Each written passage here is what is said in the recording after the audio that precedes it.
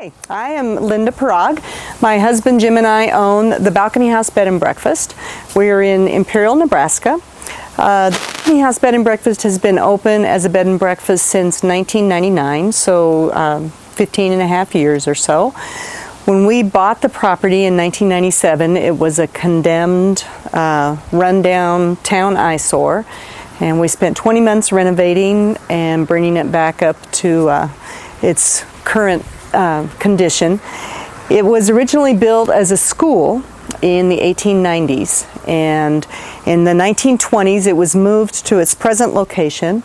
The balconies, porches, and the north end were added, and it became a hotel and tourist camp, and it was called the Balcony House Hotel and Tourist Camp. And currently today we have 5 rooms, 5 guest rooms, as well as dining area, and we're going to go inside and do a tour. Okay, this is our main guest entrance, and we leave our doors unlocked. Guests come and go as they please, and we just want them to feel at home. So as you come into the bed and breakfast, this is our guest kitchen. So we always have homemade cookies, snacks available, popcorn. We have an Insta-Hot hot beverage dispenser, so you can have teas and hot chocolate whenever. The refrigerator is stocked with all kinds of beverages that they're for guests to have whatever they want. So this is our dining room where we serve breakfast.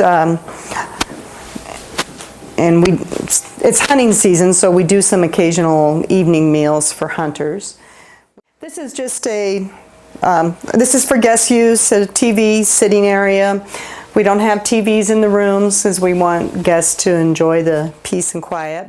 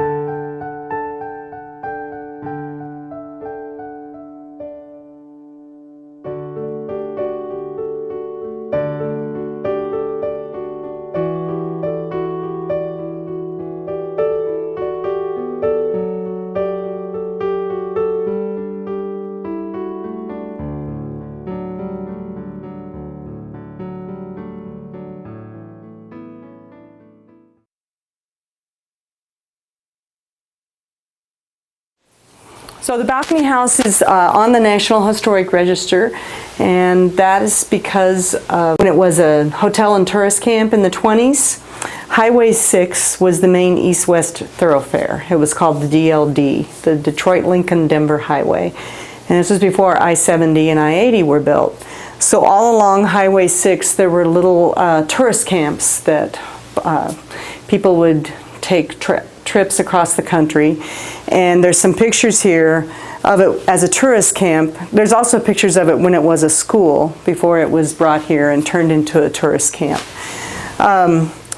It was a tourist camp through the 20s and the 30s.